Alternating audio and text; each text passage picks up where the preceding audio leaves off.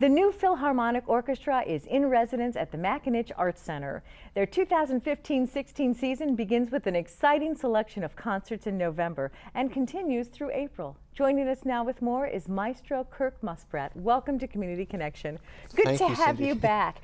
This is you've just finished your first full year in your new space. Gorgeous new space. And it's been well received. Yes. It's a beautiful world-class concert hall now, right in the middle of DuPage County. And you're ready to get started again with the next season, like in just a week away. Yes, next week we have Berlioz Symphonie Fantastique, one of the groundbreaking pieces in all of classical music. We can't tell anybody here at Comcast about the sex, drugs, and rock and roll, of course, that have to do with Berlioz, but the piece is completely involved with all of that. And we also have Baird, who's the principal second violinist of the Chicago Symphony, coming to be our soloist in the Bruch Violin Concerto.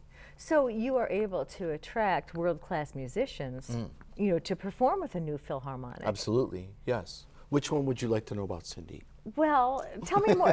No, I mean, you're doing two concerts, the 14th and the 15th. Yeah, Saturday night, Sunday afternoon. And the other thing that's kind of an interesting component of this concert is that you're going to have students from Naperville North High School. How did that come into play? We try on every concert that we can to have young people interfacing, first of all, with us, the professional musicians, but with someone like Baird, who's such a fantastic violinist and musician, to give them a chance to work with him too. So they'll come, listen to him play, then go into the rehearsal room and work with him for an hour and a half, and then come and do a side-by-side piece with us.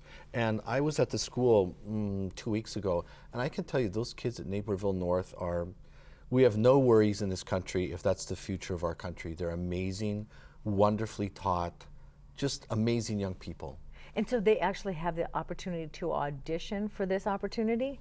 Well, we check the school out and we know what a fine program they have, so we know that they're also at the stage where they'll glean a lot from the experience, and they're ready for sitting right down quickly next to a professional musician. And how exciting to have like a master class opportunity. That doesn't come along every day. No, so it's a little bit of, actually it's not even paying forward, it's actually just paying back to what people did for us.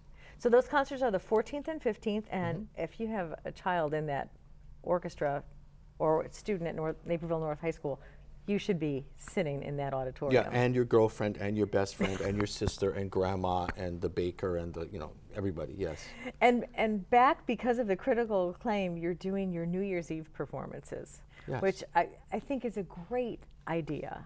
Thank you. It's packed. We sell them out every single year. We've been fortunate to have great soloists from the Ryan Young Artist Program always sing with this year. This year we're having Emily Bersan, soprano, come back. And it's the first time we've asked somebody back, and she's going to sing Gounod and Gershwin and Puccini and some, well, those are secret encores I can't tell you about. Oh. But, and of course it starts with Johann Strauss, but actually we'll end up with John Williams. And this year, because it's 1945, 2015, and the end of the war happened 70 years ago, I'm going to do a few things also that are just a little bit patriotic, because I don't want to forget this moment in time. How do you plan or determine the pieces that you're going to be performing during the course of that season that runs from November to April? Well, just logically, I listen to people. I run right from the stage out to the lobby, and I try to talk to as many people. And if you come to a concert, Cindy, I will shake your very soft hand, because you have very soft hands, and I will say, hi, thanks for coming. Tell me what you liked, and tell me what you did not like. So if people say, oh, there's too much Johann Strauss on a concert, there's too much French music, there's too much modern music, I want more Baroque, I do listen to them. Of course, it also is what fits the orchestra, what makes the orchestra grow, how much money I have, how much rehearsal time I have, and also some of it depends on hopefully my mojo and my gut and heart, that I know what you or your son, who's a singer, will want to buy a ticket for, and what you'll be excited about, what makes it irresistible so you cannot miss the next concert.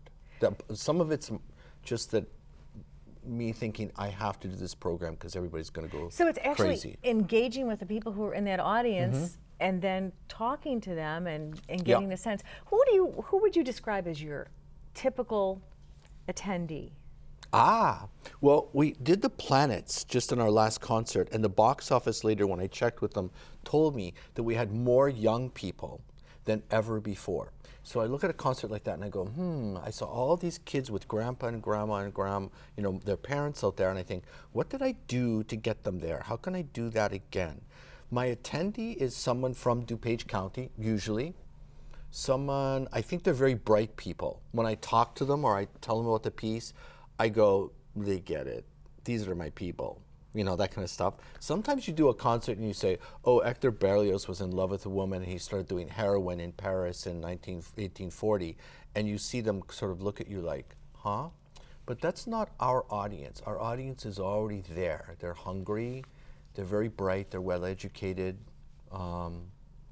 Yeah, they're interesting people. They're interesting people to engage, actually. Well, and we're almost out of time, but I wanted to talk about the really cool thing you're doing with the opera in January. You're doing your Mozart. Yes. And you're doing it kind of like with a twist, with a reality show. So we have to tell people, this is not your typical orchestra. This is traditional, groundbreaking, contemporary, classic. It's just a hybrid of everything. Hopefully, yes. So tell people to go to atthemac.org. Please. If they want tickets. Please. If they want season tickets, then they're assured to have a good seat for every single performance. Thank you, And Cindy. it sounds like you're really doing some cool stuff. Thank you so much. Maestro, it's always a pleasure to have you with us. You too. Thanks for being here.